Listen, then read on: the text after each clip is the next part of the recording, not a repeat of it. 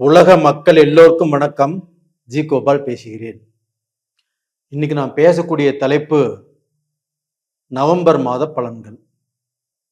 இந்த நவம்பர் மாத பலன்களாகப்பட்டது சிம்ம ராசிக்காரங்களுக்கு எப்படி இருக்க போகிறது, இதை பற்றி தான் இந்த வீடியோவில் டீட்டெயிலாக பேச போகிறோம். அப்போ அதுக்கு முன்னாண்ட கிரக அடைவுகள் எப்படி இருக்குன்னு பார்த்துக்கலாம்.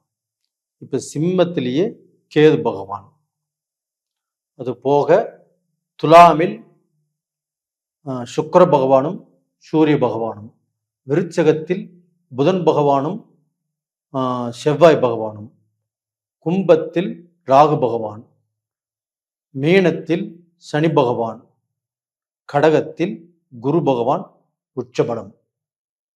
இதுதான் இந்த மாத கிரக அடைவுகள். அப்ப இந்த மாத கிரக அடைவுகளாகப்பட்டது சிம்ம ராசிக்காரங்களாகிய எங்களுக்கு ஏதாவது ஒரு வழி பிறக்குமா,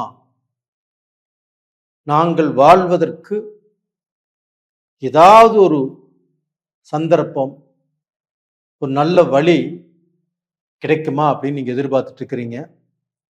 சிம்ம ராசிக்காரங்களே, கண்டிப்பாக உங்களுக்கு ஒரு நல்ல பாதை கிடைத்திருக்கிறது. அதை பயன்படுத்தி கொள்ளலாம். அதாவது சிம்ம ராசிக்காரங்களுக்கு உங்களுடைய ராசிக்கு 12ஆம் இடத்தில் குரு பகவான் உச்ச பலம் அடைஞ்சிருக்கிறாங்க. அப்போ உங்க ராசிக்கு 12ஆம் இடம் அப்படிங்கிறது என்னன்னா அயன சயன போக ஸ்தானம்.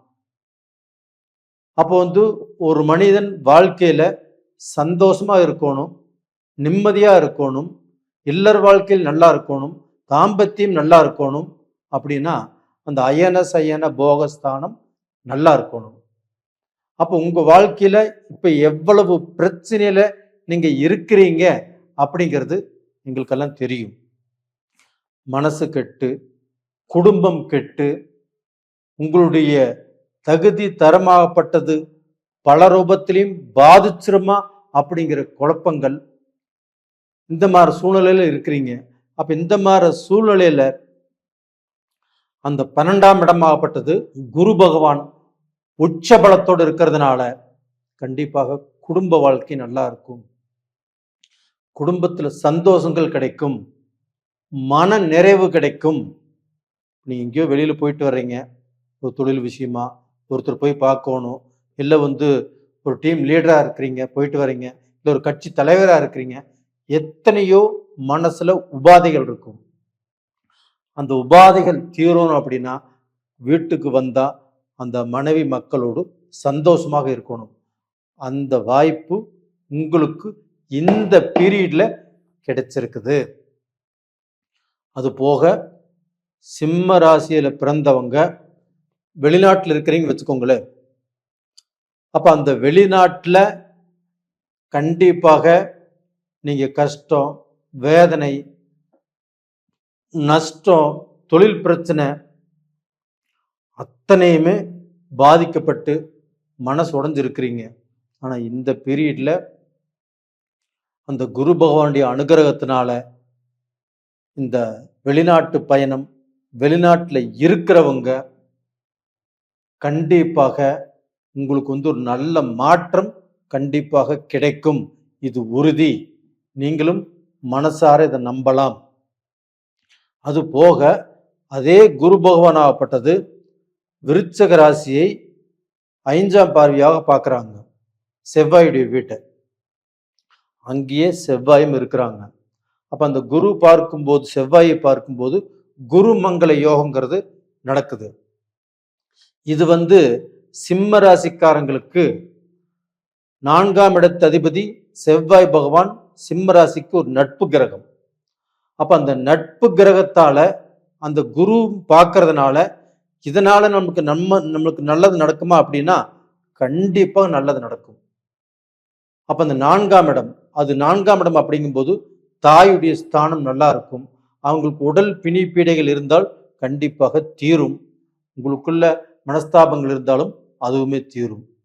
அது போக ஒரு வண்டி வாகனமோ இல்லை ஒரு தொழில் சம்பந்தப்பட்ட வண்டிகள் வாகனங்கள், கனரக வாகனங்கள் வாங்குவதற்கு வாய்ப்போ, இல்லை ஒரு சொத்து வாங்குவதற்கு, ஒரு பூமி வாங்குவதற்கு, இல்லை ஒரு ஒரு காடு தோட்டம் வாங்குவதற்கு இந்த பீரியடு நல்லா இருக்குது. தாராளமாக நீங்கள் வாங்கலாம். கடன்பட்டு வாங்கினாலும் கடனை கட்டிடுவீங்க, அந்த சொத்து மிச்சமாயிரும், இது உறுதி. ரெண்டாவது பார்த்தீங்கன்னா, இப்போ நம்மளுக்கு அஷ்டம சனி நடக்குது. அப்போ இந்த காலகட்டத்தில் நான் என்ன பண்ணுவேன் அப்படின்னா, கண்டிப்பாக அஷ்டம சனியுடைய பிரச்சனை இருக்கும். இந்த பீரியட்ல உங்களுக்கு பாதியாக குறைவதற்கு வாய்ப்பு இருக்கிறது. அதே சமயத்தில் இந்த பீரியட்ல நீங்கள் ட்ராவல் பண்ணும்போதோ, வண்டி ஓட்டும் போதோ, கார் ஓட்டும் போதோ கொஞ்சம் நிதானமாக போயிட்டு வர்றது உங்களுக்கு ரொம்ப நல்லது. நீங்கள் வண்டியை ஓட்டாதீங்க, வேற யார் கையிலே கொடுத்து ஓட்ட சொல்லுங்க. அப்படி நீங்களே ஓட்ட வேண்டிய சூழ்நிலை வந்துச்சுனாலும் கொஞ்சம் நிதானமாக ஓட்டுறது நல்ல விஷயம். இந்த சமயத்தில் ரேஸ் டிரைவிங் பண்ணினாலும், அடுத்தவங்களை ஓவர்டேக் பண்ணினாலும் கொஞ்சம் பிரச்சனைகள் வருவதற்கு வாய்ப்புகள் இருக்குது. அதனால கொஞ்சம் நிதானம் பண்ணிக்கோங்க. ரெண்டாவது பார்த்தீங்கன்னா, ஒரு லேண்ட் வாங்குறீங்க, கொஞ்சம் நீங்கள் விசாரித்து லீகல் பார்த்து ஒரு பிரச்சனை இல்லாமல் தெளிவாக இருக்கிற பூமியை வாங்குங்க. நீங்கள் நம்பிக்கையின் பேரில் எதுவுமே வாங்க வேண்டாம். எதுவுமே எழுத்து வடிவில் இருந்தால் தான் உங்களுக்கு நல்லது.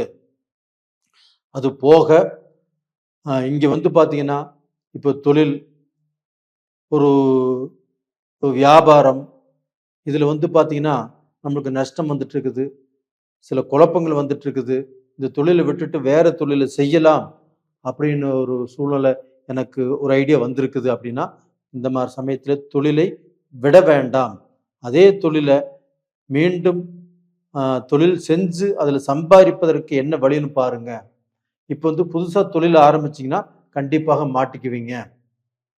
அப்போ இந்த சமயத்தில் கொஞ்சம் நிதானமாக டிராவல் செய்வது ரொம்ப ரொம்ப முக்கியம். அது போக உங்களுடைய குழந்தைகள், அவங்களுடைய எதிர்காலம், அவங்களுடைய வாழ்க்கை இப்போ ரொம்ப முக்கியம்.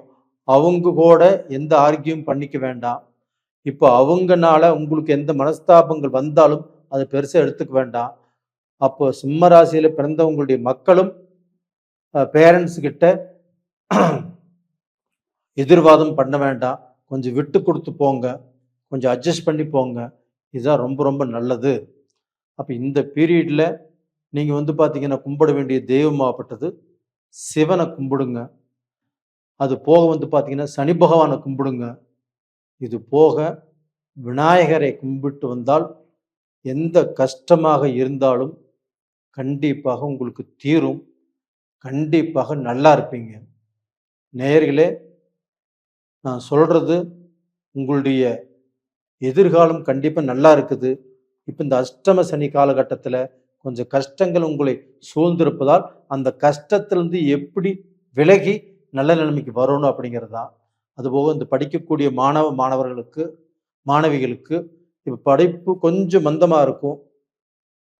கொஞ்சம் நம்ம படித்தது நம்மளுக்கு மறந்து போகும். எக்ஸாம் எழுதும்போது பாதி வரும், பாதி வராது. இதுக்கெல்லாம் பயப்பட வேண்டாம். எப்படி இருந்தாலும் பாஸ் பண்ணிடுவீங்க. அது போக நல்ல பொசிஷனுக்கு வந்துடுவீங்க. இப்போ கொஞ்சம் மந்தமாக இருக்கும், ஒன்றும் கவலைப்பட வேண்டாம், நல்லா இருப்பீங்க. நேயர்களே, உங்களிடமிருந்து விடைபெறுவது உங்களின் ஜி கோபால். நன்றி, வணக்கம்.